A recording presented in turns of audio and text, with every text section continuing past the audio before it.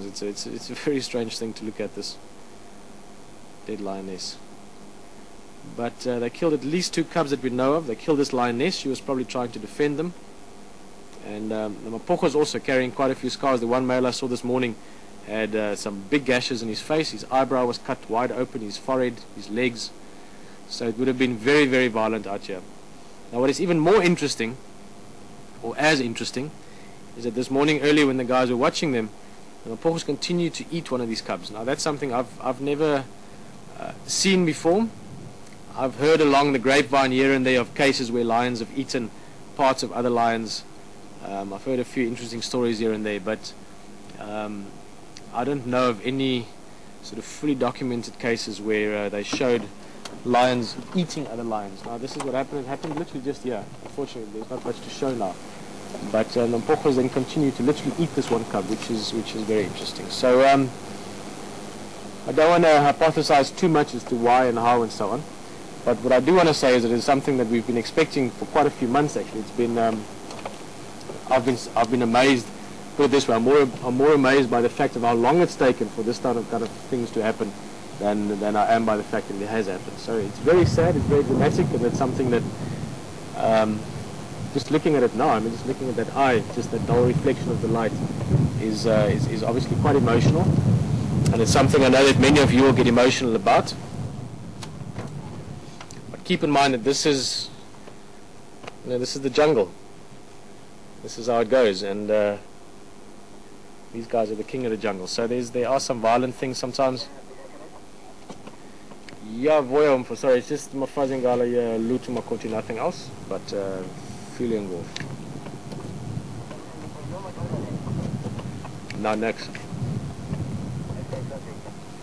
Sorry guys, just Ephraim and them coming to have a look as well. But as I was saying, it's very harsh, and we'll speak about it more, I'm sure. We'll come past you again maybe tomorrow as well, and talk more about it and emotionally work with it. But keep in mind, that's how it works. So these lions are big and dominant, and they will father some incredible offspring.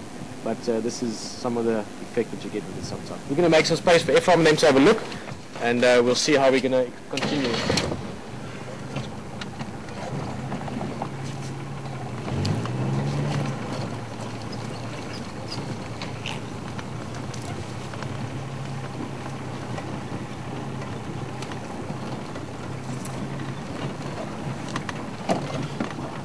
Famba. Okay, guys, well let's just have one last look there. Sorry, Ephraim and them are going to move on.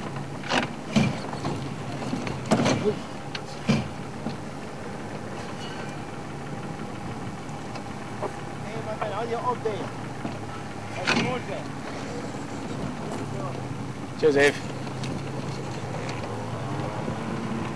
Now it's a strange space, this, because imagine a lot of the guys as well. Ephraim, for instance, Ephraim has been a tracker and a guide in a combination thereof for many years, probably for Ephraim's case, probably 20 odd years. So he's seen a lot of things like this, and in a way, it's sort of just, I quite often feel like it as well. It's just that's how it goes. It's part of nature. It's part of the cycle of things. But nonetheless, when you look at something like this, it is saddening. Emotional. It really is something that it makes you feel exactly what you're feeling now. I can't really explain it.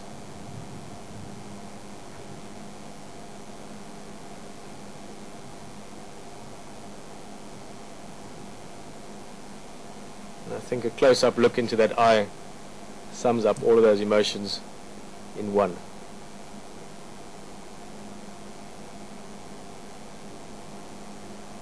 And again, I want to not discourage anyone from feeling sad about this. This is a sad event, but without being cliched about it, these animals live a very wild and a very proud and a very competitive life, and I think even the cubs that are dead would have had a happier life living like this than they would have somewhere else where they could have grown to a ripe old age in a zoo. So part of the reality is part of our surroundings, part of the experiences that we're going to have out here. Some of them will be exciting and uplifting, and most of the time will make you feel so much better. Some of them will make you feel a bit sad. But it's all part of this amazing space that we that we share, I guess. Not just look at. We don't just look at these things. We share it with everything else out here. It's part of the cycle of how that works. We're going to move on. We're going to try and look around.